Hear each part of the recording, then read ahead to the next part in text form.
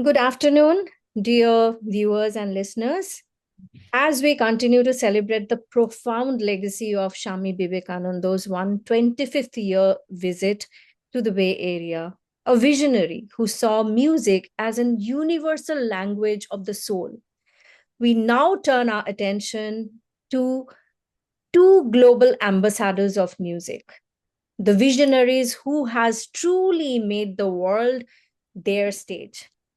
First, I would definitely like to talk about somebody who is a phenomenon on the Carnatic violin, a master whose melodies transcend boundaries seamlessly, blending with the rich traditions of India with the vibrant sounds of the world. He's not just a musician per se, because I really have interviewed him so many times, and each time I discover something new about him. He is a doctor by training, a composer by genius, and a pioneer of global fusion.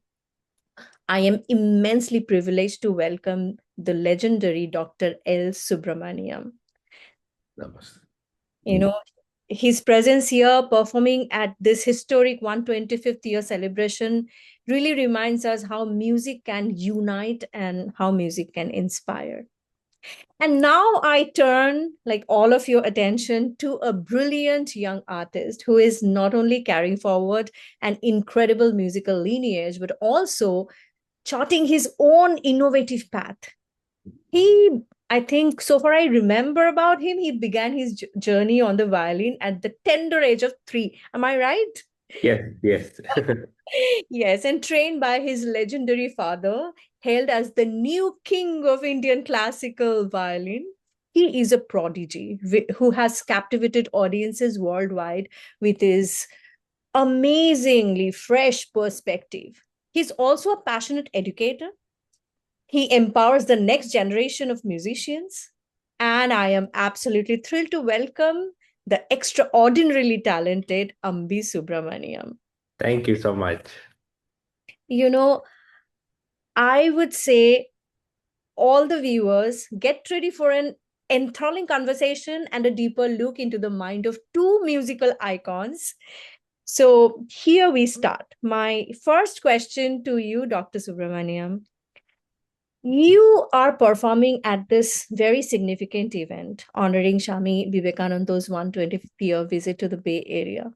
And knowing Shamiji's vision of universal harmony and his appreciation of music as a spiritual path, what resonance does performing at such a historically and culturally like stage hold for you, especially with like your unique blend of traditional and global sounds? First of all, thank you for your very powerful introduction and very kind words about me. And very happy to again do another interview with you. It's a pleasure. I think Swamiji's influence goes for century, has been there for many, many, many years, and it will continue because I think he was not only a very, very strong spiritual visionary, he was also a spiritual genius who could bring our culture, our religion to the global stage. The very first time when he came to Chicago and addressed the audience, brothers and sisters, and things like that, that changed the whole tonality of religion, the relationship with the saintly people and people who are not in that path. Subsequently, what he has done is, unimaginable, which is, nobody would have thought, there would have been Ramakrishna center everywhere, and everywhere Vivekananda is celebrated, and there's a Vivekananda Rock in Chicago, and, all these major things which has happened is whatever you do to as a tribute to him, I feel it won't be enough. It cannot be enough. And to be part of such a celebration of 125th year here in West Coast, where he entered in the Bay Area, I feel very privileged, very honored, and I feel like I'm blessed spiritually to be part of the whole thing. Today we met the Maharajji, Swamiji here today in the morning. And it was a very powerful experience for me, very intense, powerful experience meeting him today.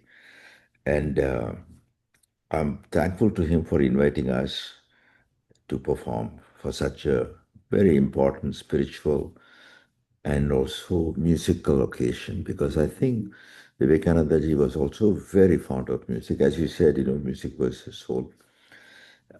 So I think, what can I say? I'm very, very happy to be here and looking forward to doing the concert to best of our ability as a tribute to Vivekananda ji. That is amazing. Ambi, I will ask you the next question. You're also performing in this stage, and Shami Vivekananda was very much into the youth. He's like all of his life, like he has tried to awaken the youth. And when I see you or I hear you play, because I have done that many times, I just feel that with your music, you awaken the soul. And you have done that. You do a lot of experimentation as well. So as a new generation person, when you just get back to the traditional classical music, what would you say to the newer generation kids or youth? Because now I see a trend that everybody is just coming back to our own tradition. There was a time, especially the younger generation, they would not hear classical music. But all thanks to stalwarts like all of you, people are getting more and more interested, and I see a change in the new generation youth. They are very much into classical music. So to people who are not that conversant with classical music but they want to learn, what would be your words to make them fall in love with the ocean of classical music? So firstly, I would think that exposure is the main thing. So uh, attending events like this definitely help when in situations like this, there's a violin concert, there's a flute concert, there's a vocal concert, there's Carnatic music, there's Hindustani music. So that kind of exposure where somebody who may not be that familiar with classical music, I think this kind of platform really helps. And I think for us also, we really focus on teaching young kids. And when we talk about exposure, also uh, we try to make it accessible.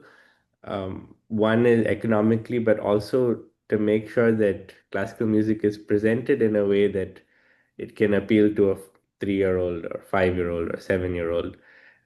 Because for us, obviously, like you said, there are a lot of people coming back to our roots. Mm. And I think the more you kind of uh, are in an environment of say Indian classical music, you realize how much freedom it gives you to improvise, to bring your own elements.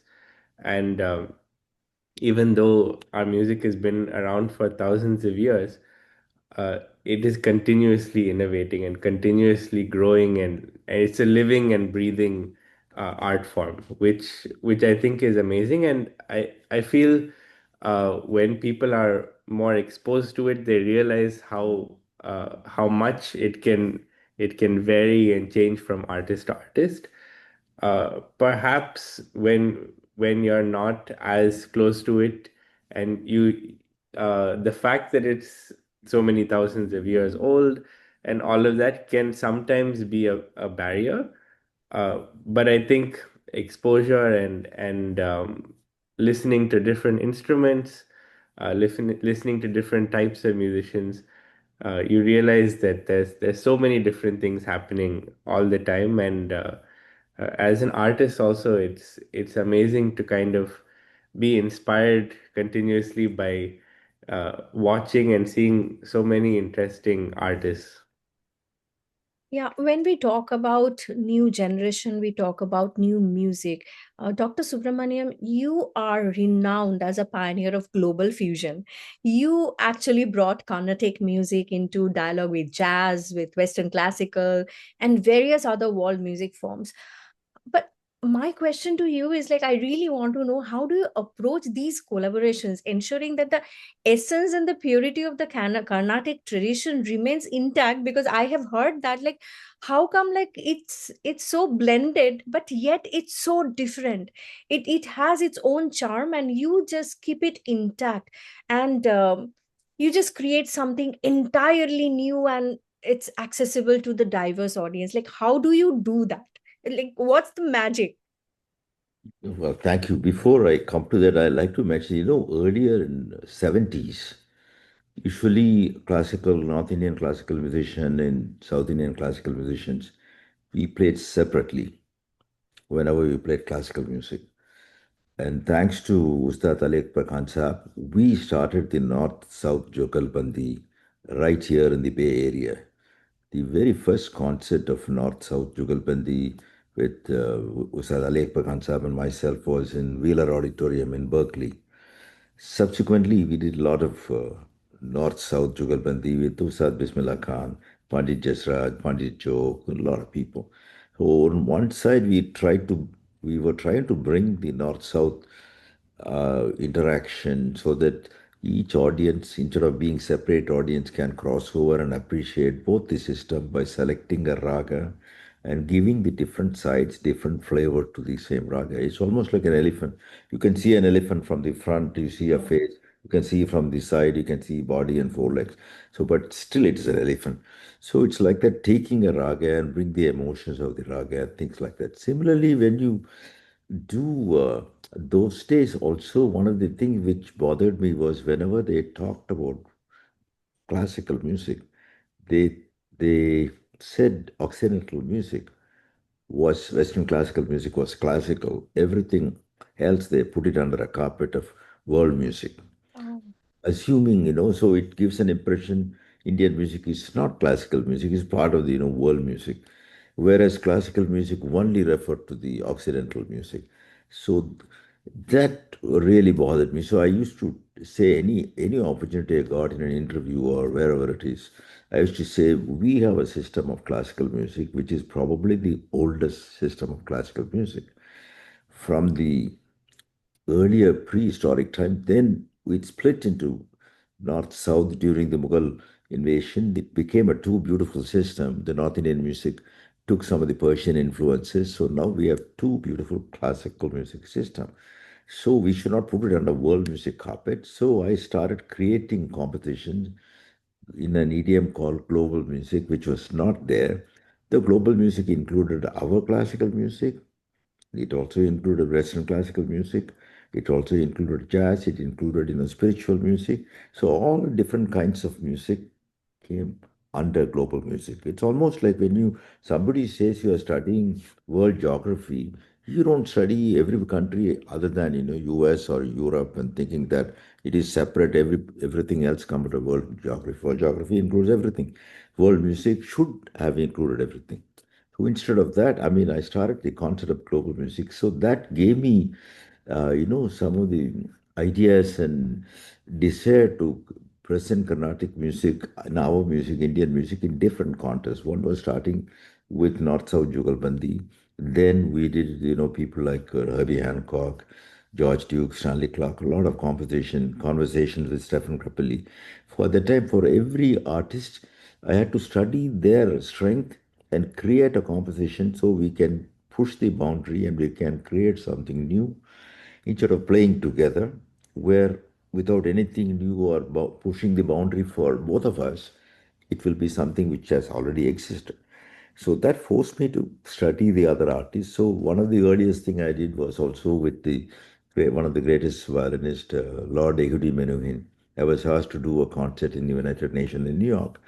So at the time he played Bach, I played my Kriti. Then we did a composition together. I wrote a composition. In fact, he said, "Why not we play together?" Then when I asked him what should we play, he said, you write a piece, we'll play together." So like that, a lot of things started happening, and soon a major orchestra like Maestro Zubin Mehta approached, and he said, "Why don't you write a special composition for my orchestra?" At the time, he was the music director of the New York Philharmonic Orchestra, and he said, "We will do 4 days your premiere of your work in September 1985." we did fantasy on Vedic chants, which was written for my mother because the previous year my mother had passed away, she passed away.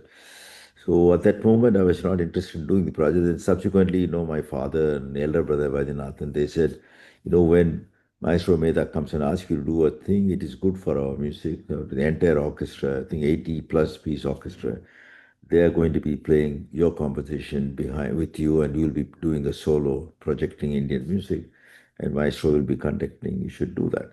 So that led to a lot of major other projects. When our president Venkatraman at that time went to Russia to meet that president, I was asked to do one of the major orchestral event there in Tchaikovsky Auditorium, playing in Bolshoi Theatre, all those things one led. So one side, I was doing continuously Carnatic music, which is my root, which was my father's vision, father's idea, because he is responsible for transforming the accompaniment technique into solo technique. Because violin earlier, everybody accompanied somebody else.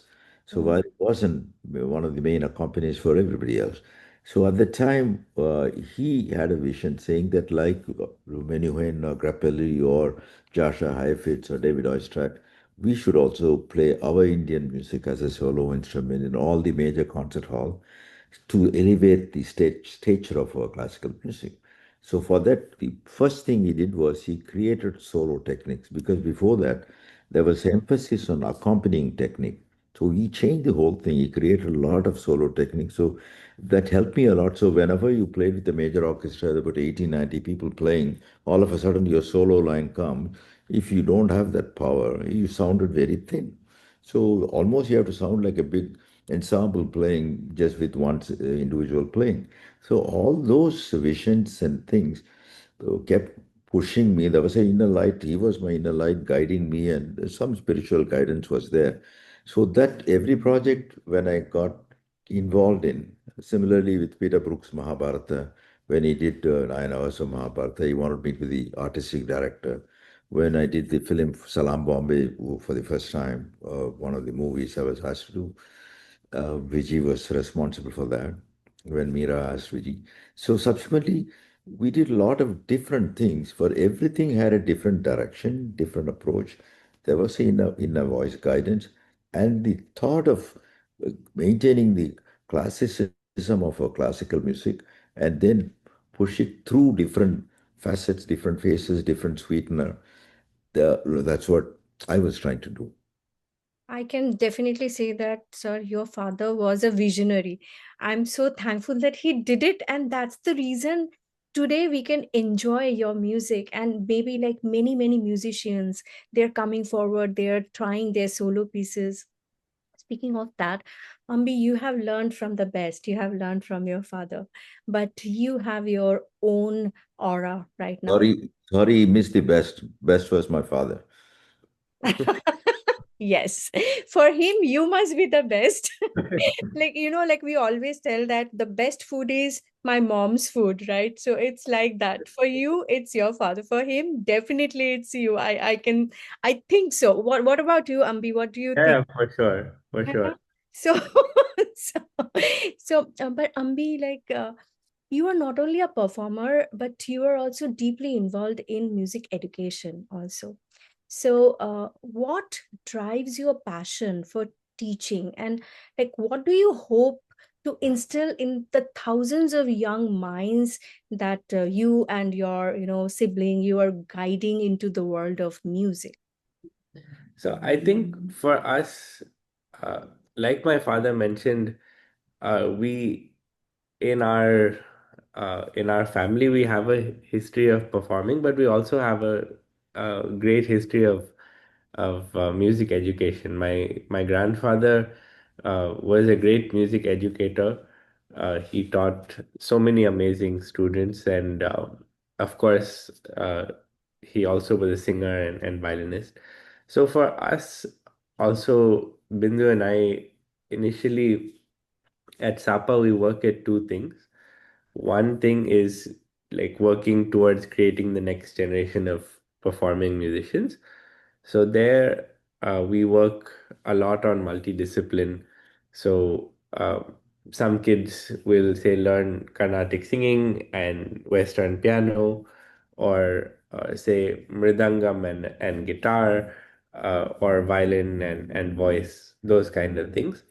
And we also work a lot in schools where the idea is we want all children to have access to quality music education. So that is not necessarily only Indian music specific, but we kind of work on teaching global music, as he said, but with an Indian base. So those are kind of our two things. But I think the main thing that has kind of driven us is Bindu and my brother Narayana and me. We've kind of been so fortunate to have not only learned from my father and my mom as well, but also we've kind of been able to meet so many incredible musicians from different genres, different walks of life. So uh, we want to see if we can even bring a fraction of that and make sure that other kids also have that exposure. If we're able to bring uh, bring it in such a way that kids are able to have a little bit of a glimpse of what we were able to kind of experience, I think that's the main motivator. So we're super happy when we're able to get incredible artists now uh, to make small videos, short clips explaining things. And of course, we have an amazing array of teachers as well that inspire kids every day. So I think that's the main motivator. That's amazing. I must say it like about your Sapa. I am absolutely in love with that name because all my life when I learned music, I always used to push Sapa and sing. So to me like it was a relief that I don't have to play on harmonium. I'll just play Sapa and I'll just do that. So when I saw the name, I thought, okay, that's my thing. So, So, incidentally, regarding the name, I think it was blessed by Sangracharya. I think Bindu wanted to, I wanted to use the name of my father's name, Lakshmi Narayana, the academy.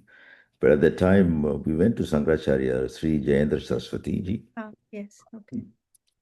So he told to my daughter Bindu, saying that your father's name should be there, then it'll be for this, it'll be relevant for this generation because they're seeing him and hearing him.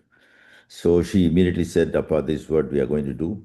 So she had that idea of SAPA, Subramaniam Academy of Performing Arts. And it started like that, and they have taken it to a fantastic heights. Every children Fantastic has an height, yes. opportunity if they want to come and learn. Yeah. Yes. So when like you look at the younger generation of musicians, especially like those who are exploring both traditional and contemporary forms, like your own kids, what advice would you offer them as they navigate the complexities of preserving the heritage? Because it's a big weight. I feel that, as Indians, we have that in us that we have to preserve our heritage. But at the same time, for all the new generation musicians that I have been talking to, I have seen that they always want to innovate and they want to reach the new listeners. So, what would be your advice to all of them? Are you asking me or? Yeah, I'm asking you. I think for me, innovations is important. Creativity is important and should be relevant to the present society which you are living on. At the same time, if you have a strong root on the speciality of our music, we cannot segregate our music from spirituality also, which is part of our culture and part of our tradition. If you go deeper into our own music and listen or play whatever it is, slowly you get into a stage where there's not only, there are different emotions which are kindled, including spirituality, and ultimately it lead to a state of mind where you, after playing or listening, your mind is somewhere which is totally away from any of the other practical mundane things. So for whatever anybody does, they should very important. Whatever tradition you are learning, go deeper into it, go to the root of the thing, and get a strong foundation in whatever you are doing. With that strong foundation, you can adapt yourself for various different things and add different things to suit your things or modify your own tradition to suit the other global language and communicate. Ultimately, music kindles emotions. So, if emotionally we are able to communicate to somebody who is on the other side, even without knowing anything, you have achieved something that will continue. So, that will draw them back. It's like they can't get away from that. It'll draw them back and they'll come back again and again. And that way, their level of understanding and listening will go deeper and deeper. And ultimately, they'll get to the spirituality. That's what I believe. Because whatever, wherever I play anything, I'm very fortunate because I've had the pleasure of blessings of meeting a lot of spiritual leaders and everybody. I've played for almost all the great spiritual leaders during my period, where because of my music they called me to play and do anything. So because of that, I got the pleasure of meeting them. Because of that, I got the pleasure of getting their blessings. So that goes deeper and deeper. So there are multiple facets of benefits which I've had through music. So whatever we do, ultimately the emotions comes very strong. And the emotion to come very strong, spirituality is also tied up with that. That is so nicely put together. You know, most of the times it happens that whenever I talk to you or, people like you, it just makes me feel that what Shami Vivekananda said, that music has its own spirituality. It just opens up thousands of doors for you. And when we enter all those doors, it just feels like this conversation should never end. But I know that time is limited. You have an invitation. And I just want to invite all of my listeners and the audience that tomorrow is the day. There is a grand musical tribute for 125th year of Shami Vivekananda's Bay Area visit in San Jose Center for the Performing Arts. And it's from 3 p.m. So please come.